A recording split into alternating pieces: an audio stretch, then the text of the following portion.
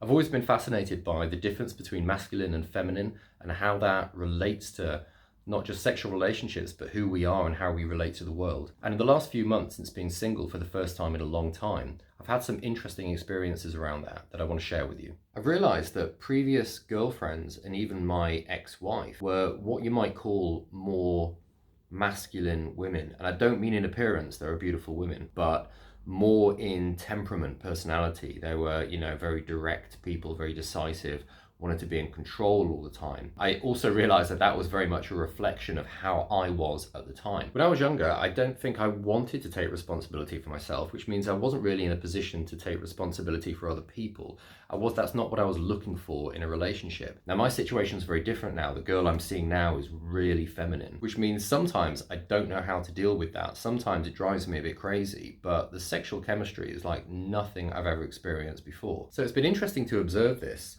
As I see it as a good sign that I'm becoming more of my true self, if you like. I'm showing up as a more naturally masculine version of myself because obviously she's attracted to me, so something must be working. Now I'm sure I'll get some comments saying, oh, just take the red pill, but I just don't have any around here at the moment. Oh, actually I found one, here we go.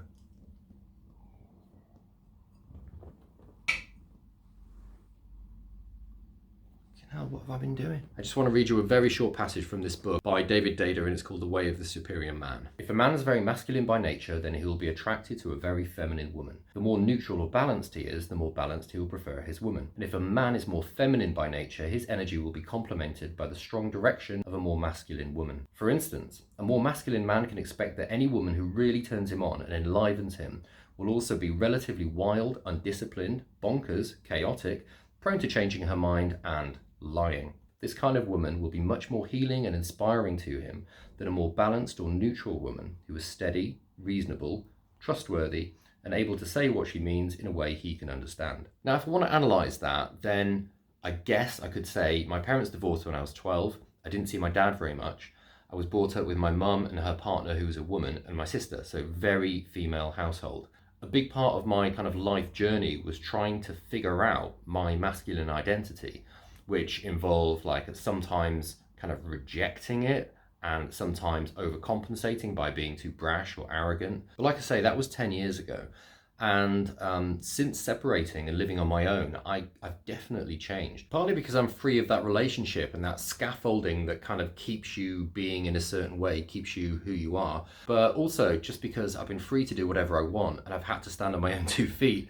And I know that might sound pathetic, but when you've been used to just abdicating to someone through laziness and then you do it on your own, it's really quite empowering. And so I've really been enjoying the last few months. I've got my bachelor pad, do whatever I want, and I feel much more driven, much more purposeful, and especially getting back into making videos and doing this channel and really having kind of a vision for it.